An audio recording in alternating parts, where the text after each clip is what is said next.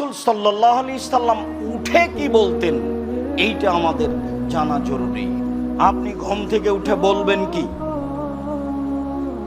উবাদা ইবনে সামিত রাদিয়াল্লাহু তাআলা আনহু বলেন, রাসূল সাল্লাল্লাহু আলাইহি ওয়াসাল্লাম বলেছেন, মান আরা মিনাল লাইলি, কোন মানুষ যদি শেষ রাতে উঠে, সুম্মা কালা, অতঃপর বলে, লা ইলাহা ইল্লাল্লাহু ওয়াহদাহু লা শারীকা লাহু লাহুল মুলকু ওয়া লাহুল হামদু ওয়া হুয়া আলা কুল্লি শাইইন কাদির। লা ইলাহা ইল্লাল্লাহ, আল্লাহ ছাড়া কোনো মাবুদ নেই। লাহুল মুলকু ওয়া লাহুল হামদু, রাজত্ব তার, প্রশংসা তার। ওয়া হুয়া আলা কুল্লি শাইইন কাদির, সর্বশক্তিমান তিনি। কেউ যদি শেষ রাতে উঠে বলে আল্লাহ ছাড়া কোনো মাবুদ নেই,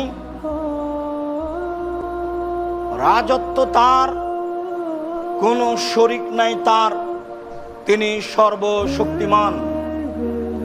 সুবহানাল্লাহি ওয়াল হামদুলিল্লাহি ওয়া লা ইলাহা ইল্লাল্লাহু আল্লাহু আকবার, পবিত্রতা বর্ণনা করি তার, প্রশংসা তার। আল্লাহ ছাড়া কোনো মাবুদ নেই, সর্বশক্তিমান তিনি।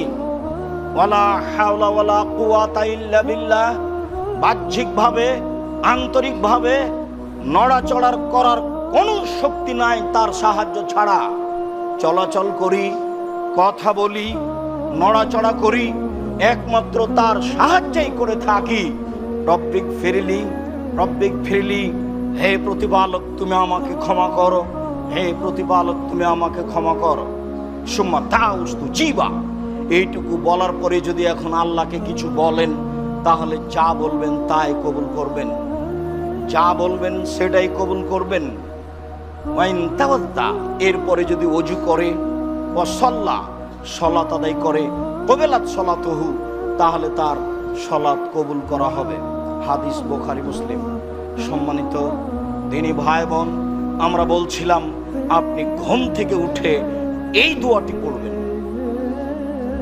লা ইলাহা ইল্লাল্লাহু ওয়াহদাহু লা শারীকা লাহু লাহুল মুলকু ওয়া লাহুল হামদু ওয়া হুয়া আলা কুল্লি শাইইন কাদির, ওয়া সুবহানাল্লাহি ওয়াল হামদুলিল্লাহি ওয়া লা ইলাহা ইল্লাল্লাহু আল্লাহু আকবার, ওয়া লা হাওলা ওয়া লা কুওয়াতা ইল্লা বিল্লাহ, রব্বিক ফিরলি, রব্বিক ফিরলি। এরপরে আপনি কিছু দোয়া পড়তে পারেন। জনৈক সাহাবী বলেন, আল্লাহর কসম, আমি একদা রাসূলের সাথে সফরে ছিলাম। আমি সিদ্ধান্ত নিলাম আল্লাহ রাসূল রাতে কি করে সেটা আমি দেখব। তিনি রাতে কি করেন দেখলাম। তিনি শুয়ে গেলেন। রাত কিছু পার হতেই তিনি ঘুম থেকে উঠলেন। ঘুম থেকে উঠে কাব্বার আল্লাহ আশারা, তিনি 10 বার বললেন আল্লাহু আকবার। ওয়া হামিদাল্লাহ আশারান, তিনি 10 বার বললেন আলহামদুলিল্লাহ।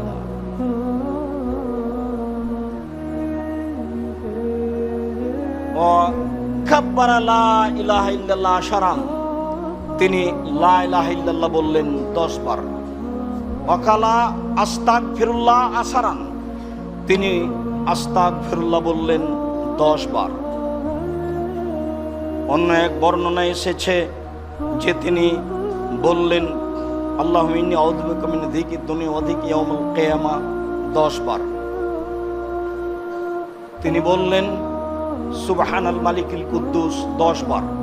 সম্মানিত দিনী ভাই বোন, এই সুবহানাল মালিকিল কুদ্দুস 10 বার বলার যে সিরিয়াল রয়েছে, এই হাদিসের প্রতি আমল করা যাবে না। আল্লাহুম্মা ইন্নী আউযু বিকা মিন যিকিদ দুনিয়া ওয়া যিকি ইয়াউমিল কিয়ামা, এইটা যে 10 বার বলার কথা রয়েছে, এই হাদিসের প্রতি আমল করা যাবে না। এই হাদিস ঠিক নয়। তাহলে আমরা এই দুইটি তাসবিহ বাদ দিয়ে আগের তাসবিহগুলি 10 বার করে বলতে পারি ঘুম থেকে উঠে, যা সহিহ হাদিস দ্বারা প্রমাণিত হয়। ইবনে আব্বাস রাদিয়াল্লাহু তাআলা আনহু বলেন, আমি রাসূল সাল্লাল্লাহু আলাইহি সাল্লামের বিছানায় শুয়েছিলাম। তার স্ত্রী মায়মুনা হচ্ছেন আমার খালা।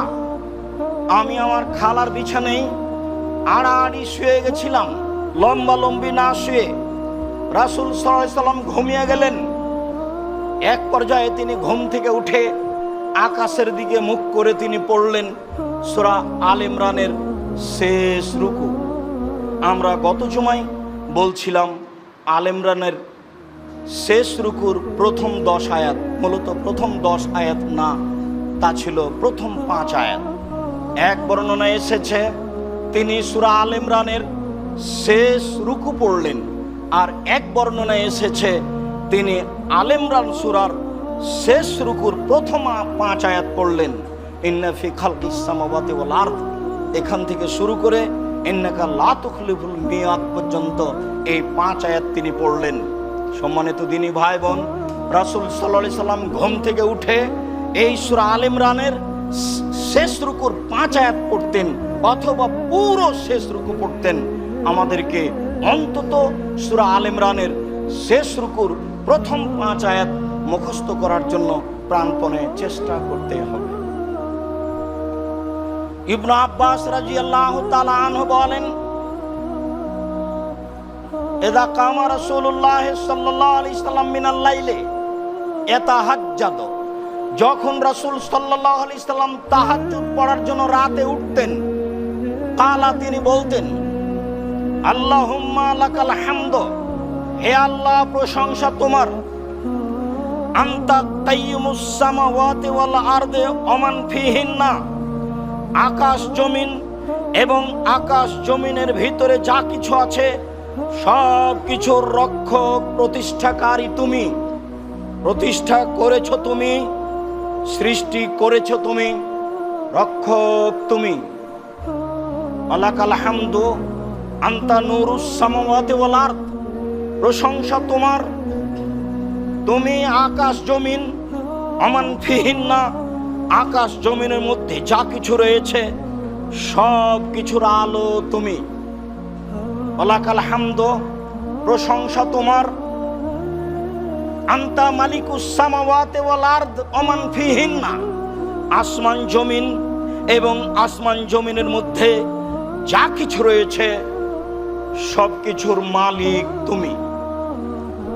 আলাকাল হামদু, প্রশংসা তোমার, আনতাল হাক্ক ওয়া ওয়াদুকাল হাক্ক, তোমার ওয়াদা সত্য, ওয়া লিকাউকা হাক্কুন, তোমার সাক্ষাৎ বিচার মাঠে হবে এইটা সত্য, ওয়া কাউলুকা হাক্কুন, তুমি যা বলেছো তোমার বাণী সত্য, বিচার মাঠে সাক্ষাৎ হবে, ফলাফল হবে, আমি সব কিছু করেছি, তোমার বাণী সত্য।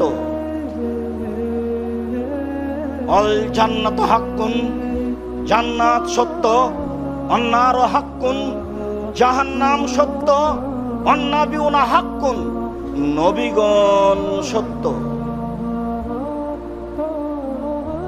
ওয়া মুহাম্মাদুন হাক্কুন, মুহাম্মদ নবী সত্য, ওয়াসসাআতু হাক্কুন, কিয়ামত সত্য, কিয়ামত হবেই।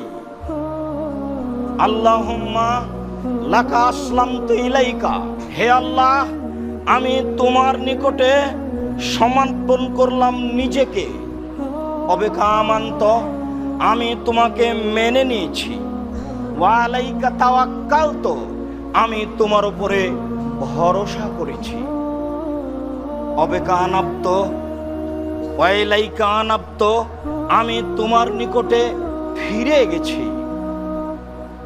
অবেকা খাসান্ত, আমার শত্রুর সাথে মোকাবেলা করে থাকি তোমার সাহায্যে, ওয়া হাকামতু ইলাইকা, বিচার আচার সবকিছু পেশ করে থাকি তোমার নিকটে, শত্রুর মোকাবেলা করে থাকি তোমার সাহায্যে, বিচার আচার সবকিছু পেশ করে থাকি তোমার নিকটে।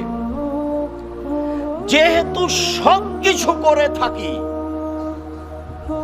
সমস্ত প্রশংসায় তোমার, দীর্ঘ সময় ধরে তোমার ব্যাপারে আমি যা বললাম, এবার তুমি শোনো, ফাগফিরলি, আমাকে ক্ষমা করো। এতক্ষণ পর্যন্ত এই জন্যই তো বললাম ফাগফিরলি, ক্ষমা করো। বেকামান্ত ফাগফিরলি মা কাদ্দামতো, আমি যা আমার জীবনে আগে করেছি সব ক্ষমা করে দাও। আমা আখারতো, আমি যা পরে করেছি সব ক্ষমা করে দাও। আমা আসরারতো, আমি যা গোপনে করেছি সব ক্ষমা করে দাও। আমা আলামতো, আমি যা প্রকাশ্যে করেছি সব ক্ষমা করে দাও। ওমান তা আলামু বিহি মিন্নি, আমার ব্যাপারে যত তুমি জানো আমার তো মনে নেই। আমার ব্যাপারে যত তুমি জানো আমার তো মনে নেই, সব কিছু তুমি ক্ষমা করে দাও। আল্লাহুম্মা আনতাল মুকাদ্দিম, তুমি আগে থেকে আছো। ওয়া আনতাল মুআখির, তুমি চিরদিন থাকবে, শেষেও তুমি থাকবে। লা ইলাহা ইল্লা আনতা, তুমি ছাড়া কোনো মাবুদ নেই। ওয়া লা ইলাহা গায়রুকা, আর তুমি ব্যতীত সত্য কোনো মাবুদ নেই। রাসূল সাল্লাল্লাহু আলাইহি সাল্লাম এই দোয়া পড়তেন রাতে উঠে। লম্বা হয়ে গেল, হাদিস বুখারী মুসলিম। মুখস্থ করার চেষ্টা করতে হবে, সবাইকে করতে হবে। ছাত্রদের জন্য জরুরি, ওরা বাধ্য করতেই হবে যে কোনো মূল্যে। মুরব্বির পক্ষে সম্ভব না হলে অন্তত যারা যুবক মানুষ তাদেরকে মুখস্থ করতে হবে, এটা অসম্ভবের কিছু নেই। রাসূল সাল্লাল্লাহু আলাইহি সাল্লাম ঘুম থেকে উঠে এত গুরুত্বপূর্ণ দোয়া বলতেন। তাহাজ্জুদ সালাতের পূর্বে আপনি এটাকে সানা হিসাবে ব্যবহার করতে পারেন, উঠেই সানা হিসাবে বলেন, নইলে ঘুম থেকে উঠে বলেন। আর আয়াত পড়ার সময়তে আকাশের দিকে